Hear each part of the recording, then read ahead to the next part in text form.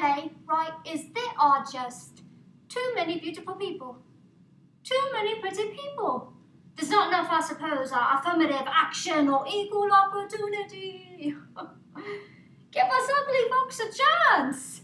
Everywhere you go, there's just pretty girls, pretty guys. All it makes you do is think, fuck, I need to get my shit together. Well, they might like the accent for a little while, right? But shit, this canela brown skin of mine carries a degree of history with a pinch of spicy misery sprinkled over centuries of my ancestry. You don't believe? Come get a taste of me so you can see I'm a descendant. My melanin carries a legacy to the competitors of the reality television program Bridalplasty, the show in which brides-to-be compete for a celebrity-style wedding and thousands of dollars worth of plastic surgery. What will your father say when he walks you down the aisle?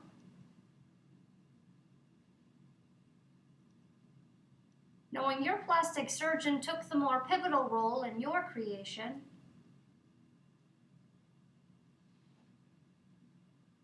than you did.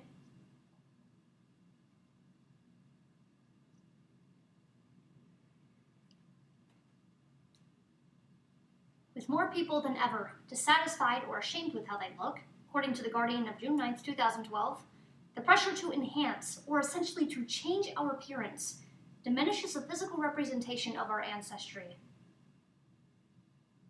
Our body is a record of our heritage. Altering this artifact denies our past. With the poetry, Bridalplasty by Kate Rakowski, Beauty and the Beast by Poet Mr. G, A Poem for Our Ancestors by Michael McLody, Ancestral Company by RHIPS, Kumalipo by Jamaica Osorio, 16-Year-Old Prostitute by Kiss the Girls, and New Generation by Kavura Sakama. My small frame, tan skin, and brown eyes tell the story of my family's history. So regardless if I like it or not, I'll keep it. I try to find memory in her bone structure, in her freckles, in her eyebrows, along the curvature of her smile. But I find stranger in her face. Every time I think to connect her back to someone I once loved as a child. She's just a ghost now, wearing skin and bones that don't belong to her anymore.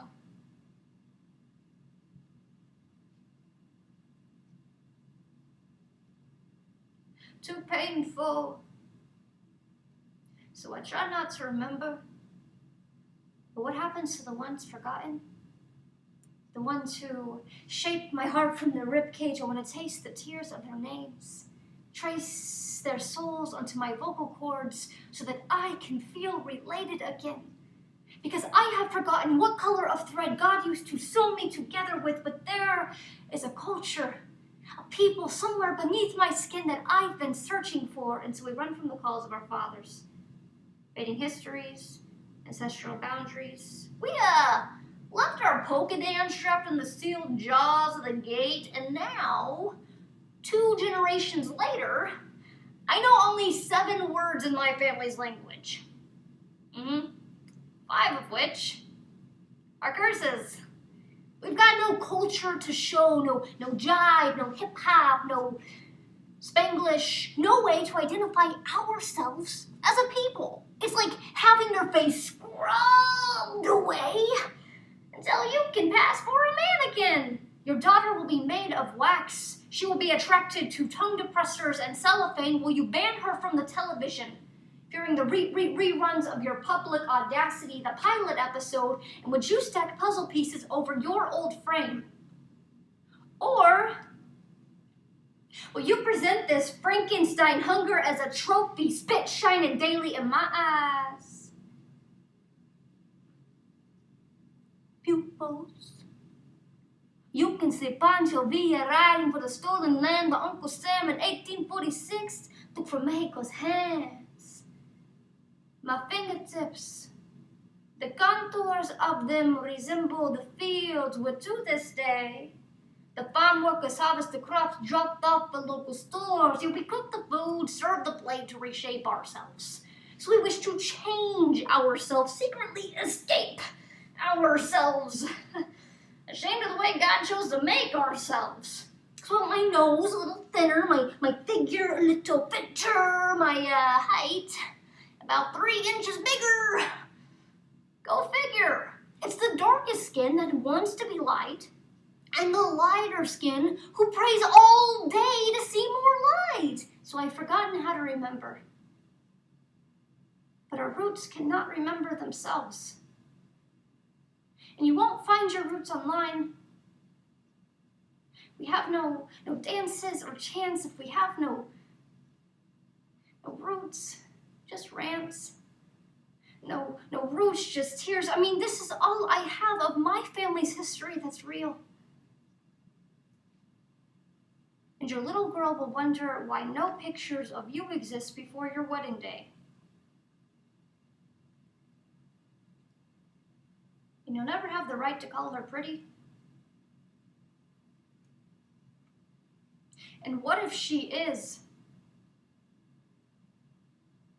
Devastatingly so. Will you have the stomach to be proud? When you kissed your fiancé goodbye, did he want to steal your lips first, place them in a jar, preserve the way you felt? Or is he the kind of man who likes the taste of plastic? Did you use your ring finger to purge yourself when it's not enough that you found him? He already thought you were built like a goddess. You didn't have to dig deeper into the marble, didn't you know? You aren't supposed to tamper with holy things. Did you not respect him enough for finding you beautiful? If he hates the way his body feels next to the cool touch of a mannequin, will you leave him for a man who believes women look better in photographs? Did your mother beat you with a curling iron and a scale, or did she call you beautiful too many times for you to believe her? How much do you hate your family that you would drill them out of your features?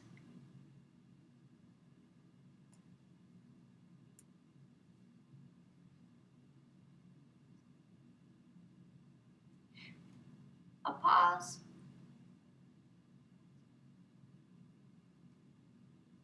Her face resembles someone I once saw. But she's constructed herself into an unfinished project, causing daughters to be strangers with mothers, and this is nothing like pretty women. She will never be a princess.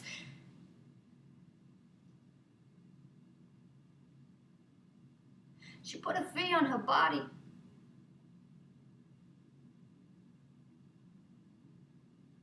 And I'll never forget her voice. Because her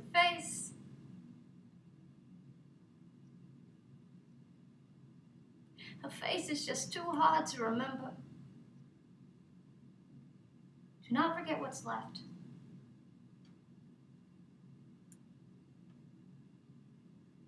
Because this